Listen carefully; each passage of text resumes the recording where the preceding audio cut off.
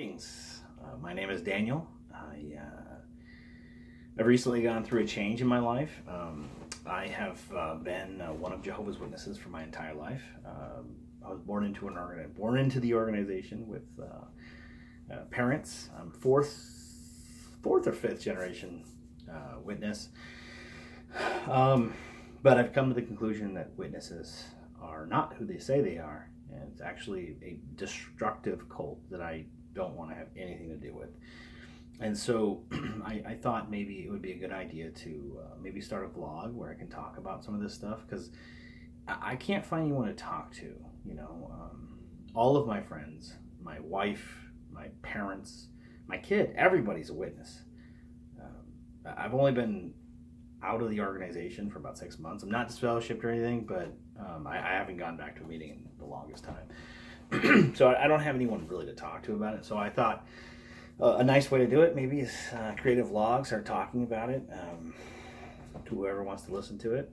And you know what? Hey, maybe it'll help somebody. Everybody's circumstances are different. There's so many videos out there talking about witnesses and ex-witnesses and everything, but maybe my situation's closer to yours. So anyways, I just figured it'd be a good idea to start doing it every week or so. Just start bringing stuff up and start talking about it.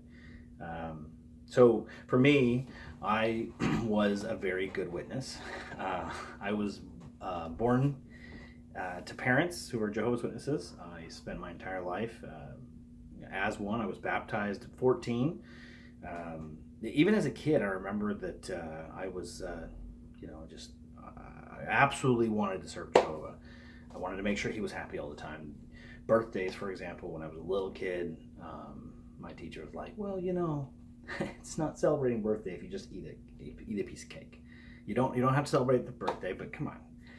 And no, I can't do that. I stood up to her, and my mom's like, oh, you're so good. And to me, for a long time, it's like, that's huge. I'm so faithful. But then, you grow up and you realize, well, it's a bunch of bull crap. But anyways, point being, I did everything I could to follow the leader, as we should. And of course, I thought it was always God. I always thought it was God. I mean, I've always heard you've got to follow the organization in wherever it goes. And if you know about Jehovah's Witnesses, you know about Ezekiel, and you know about the tires that are constantly in movement, and we have to follow them wherever they go. And if we don't follow the organization, we're going to get lost behind, and then we're in Satan's world. So we just got to be up with that organization, no matter what they come up with. So anyways, I really tried my best to do that. I was baptized 14. I wasn't the best a kid, but I wasn't the worst. Maybe smoked weed once or twice, and that's about it. But I really, really, really put forth effort. I was huge in computers. And the difficult thing is, when I graduated, it was 2002. It was just before smartphones came out officially in 2003, and then more towards 2008, 2010, when they became just a huge thing. So it would have been perfect timing to get into the computer field, get into the apps, programming. And when I was in high school, I was really into computers. I had I was actually employed by the high school as their computer technician. Whatever, they paid me $6.25 an hour or whatever it was. Just to go around and help them with computers, so they didn't have to actually pay a real technician to come out and do it. And I was also into programming, and I was working on Visual Basic and just some basic programming, no big thing. But I really wanted to get into it. But then the option came. I got a college. I had a college offer to go to college for really cheap, to learn computers really well and really get into networking and programming and stuff that I really hadn't touched very well. But I decided against it. I said, you know what? First things first, I'm going to pioneer. And everybody, you're crazy. Like, computers are the next generation. This is what we need to be into. And I told them, well, I'm going to pioneer because God is most important to me. So I pioneered for two or 3 years. And I became a ministerial servant at 19. I was really moving up in the organization. I moved to a Spanish-speaking congregation, learned Spanish, and I was helping in that congregation. I then moved to a Filipino Tagalog congregation. I was trying to learn. That's pretty difficult. I learned a little bit, not very much. Um, and then decided to move to Mexico. Moved to Mexico and in Tijuana, and that's where I met my wife. And so we got married. But in Mexico is a little different. So in the U.S., the worst thing you get is Kingdom Hall smile, where people have problems at their house, but at the Kingdom Hall, everybody's smiling and everything's good. And I never really thought about how hypocritical that is, but I just thought, everybody's imperfect. We all have problems we have to deal with. But, looking back, you see it and you say, wow, how did I not notice that? But in Mexico, it's different. Mexico, culture is very different. People don't do that. People are very, very talkative in Mexico. They talk about everybody's problems. They talk about everybody and how bad everybody is, and everybody's against everybody.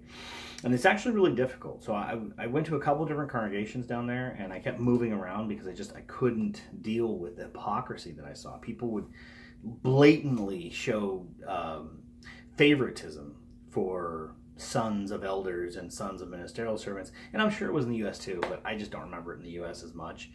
In Mexico, it's just everywhere. So I ended up deciding to stop being a ministerial servant because I couldn't deal with the stuff that I was seeing, the stuff that was there. And ended up dropping down myself.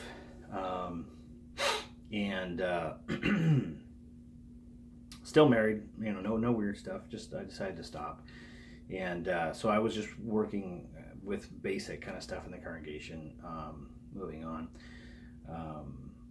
But the real problem started when I got to my last congregation and I saw real stuff. My sister-in-law was always having problems with her husband. And, I hated that guy. I really disliked that guy. He was just such a douche. And so, come to find out, a lot of stuff I didn't know, that he would rape her at the house. Like, she didn't want to have sex, and he was like, we're having sex. He would abuse her pretty bad. He would beat her. He would, one time that I didn't know about, I found out during a case later on, where I'll get to in a minute, I found out that she was sick. The car is his, not hers, and each of them make their own money, and they don't share each other's money, but she does everything in the house. So a really weird situation, very inappropriate, and she didn't have any money. So she couldn't use the car, didn't have money. She had to walk. She's sick. I mean, she's puking. She's in a horrible condition. She had to walk to go to the doctor because he was like, I'm not taking you. I cannot believe that would happen in Jehovah's organization with a man who is a ministerial servant, by the way. So, I was pretty mad. But then we find out all this comes out during a judicial hearing because it turns out that this guy's cheating on her. Now, here's the problem. There's proof that he was kissing another girl. There's proof that he has spent a lot of time with this girl. He goes all of his lunches with this girl at work. He would go to and from work a lot of times with this girl. I mean, he lives with this girl, and he would tell his wife, my sister-in-law, I would tell her all the time, like, I'm going to go out and play soccer, or I'm going to do whatever. And it turns out in a couple of those occasions, it's proof that he was with her at her house, but no proof of actual sex. And he says, I never had sex. So they go through this whole judicial committee, and they pretty much go, no, there's nothing we can do. I mean, he's going to lose his privileges, and that's it. That's it. And she's like, but I want a divorce. You can't divorce. I want to separate. You can't separate. Why? Why can't I divorce? Why can't I separate? Well, divorce is only in the case of adultery, which there's no adultery here unless he confesses to it. And you need to have two people that see that. And you can't separate because there's only 3 reasons why you can get a separation. If you have a husband who willfully does not give you money, even though he has money, and puts you at risk of dying. So it has to be an extreme case, which I think that fits the case, but they say no, doesn't fit.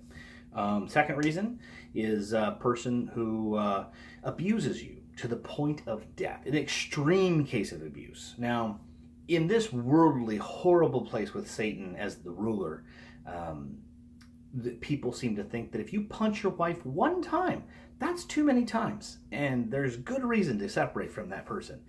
But not Jehovah's Witnesses. In their perfect world, if you get punched by your husband, you know what? Maybe you should be a better person. You can't get a separation because he's not abusing you to the point of death. And there's so many other brothers and sisters who are dealing with that kind of thing, and you should too. But the third reason, this is a good one. If your husband or wife is an apostate who questions Jehovah's Witnesses, you can divorce. You can get separated all you want. You can't get divorced, but you can get separated. No problem. They don't even ask you about it. It doesn't matter. That was an easy one to get a separation on. It's odd how that works out. Now, what I think is important here is for Jehovah's Witnesses who say everything they do is based on the Bible, where do you find those 3 reasons in the Bible? See, I can't find them, and they're not in there. In the Bible, Ephesians very clearly says if a wife wants to get a separation or she wants to leave her husband, leave. Just don't get married to anybody else. And if you want, come back to your husband. That's it. That is the whole biblical view of separation. It's pretty simple. But Jehovah's Witnesses put all this crap on it because they don't want you getting separated. Now, why don't they want you getting separated? Because it's bad on Jehovah's name. See, if witnesses are getting divorced and separated, where's the spiritual paradise? So we don't want that. And if you're being beaten by your husband or whatever, we're not talking to the police because we don't want those problems. We don't want people seeing us as a bad guy. So you guys need to resolve your stuff in your house, fix it, don't let anybody know about it. Okay, that's legitimately what the reasoning is. And I think about that because, take for example, child molestation. Now, I'm going to get into this probably in a later video or something like more detailed, but it was another one of the reasons why I left. But child molestation is a huge problem. Huge problem. Jehovah's Witnesses have an amazing way of taking care of it. So I'm going to be little Timmy. I'm coming to the elders and telling them with my father that I've been abused by Elder John. Okay? Elder John says, I did not do that. You were at my house. We were alone, but I didn't do that. Now, my father is going to say, hey, my kid doesn't lie and you're a piece of crap and whatever. I didn't do that. Okay, that's it. We're done. That's really all there is to it. The little Timmy can talk to the elder and tell him all these things he did, but if the elder says he didn't do it and there's no witnesses, because you're required to have 2 witnesses. 2 literal visual witnesses that say this person did such a thing. Now that's questionable because how many times does a child molester molest children in groups? I mean, it doesn't happen, right? So how are you supposed to catch a child molester? Now, it's interesting. The reason why I bring this up is because the witnesses are able to add 3 rules for separation. 3 rules that are not found in the Bible and completely ruin what the Bible says about separation. But the 2 witness rule does not get touched. We're not messing with it. And there's actually a scripture in Deuteronomy, I think it's 25. Deuteronomy, I'd have to find it, but Deuteronomy talks about a virgin that gets attacked in the field and says if a man attacks a woman in a field and she screams and no one hears her, the man alone should die. Now, there's a really good question here because if no one heard her scream, how many witnesses did she have? You see, it was just her. Just her. The guy's not going to go, yeah, it was me, I did it, and I'm going to get killed. No, he's not. He's going to say, I didn't do that. She's crazy. And she's going to say, no, it's not. And I'll open up everything. You can look at me, and you can see that I was abused. This guy's the guy who did it. Okay? In that case, the man should die. That's a death penalty sentence for someone with only 1 witness. Why is that? Maybe God realized that not everyone who commits crimes is going to fess up to it. But Jehovah's Witnesses don't view it like that. They say, no, that's not the case. And we can go into that a little later details. But those are the kind of things I think I saw, and there's always been doubts. There's always been doubts about the organization, but I just push them aside because that's what good Christians do. Well, good Jehovah's Witnesses. I don't want to mix the two. But time came when these kind of things popped up. And my sister-in-law, she ended up actually having sex with someone purposely and making sure everybody knew about it so she could get disfellowshipped. And she didn't think it through. I mean, she could have just gotten divorced and called it good, but she didn't think it through. So point being, she did a bunch of stuff just so she could get disfellowshipped, and the whole congregation dumped her. The guy got 1 month. 1 month of what is it? Censored? It was reproved. I forget what it is, but anyways, he was reproved, and he was he was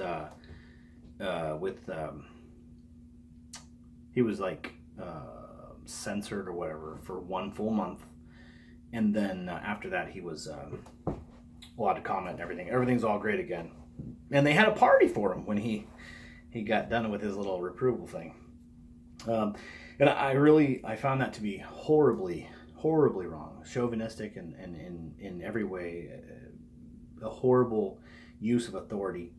And that is what sparked me looking into stuff.